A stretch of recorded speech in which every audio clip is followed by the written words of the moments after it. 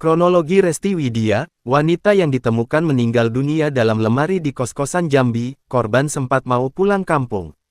Wanita yang ditemukan meninggal di dalam lemari indekos di Pakuan Baru, Kecamatan Jambi Selatan ternyata sudah dicari berulang kali, dan dihubungi oleh teman-temannya, sebelum ditemukan meninggal dunia. Melansir Tribun Jambi, korban diketahui bernama Resti Widya 30 tahun, yang berasal dari Subang, Jawa Barat.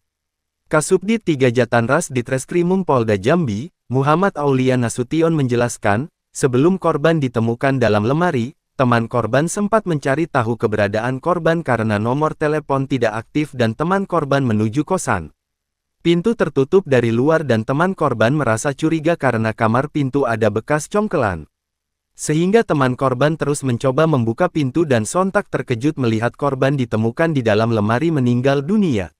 Jadi teman-teman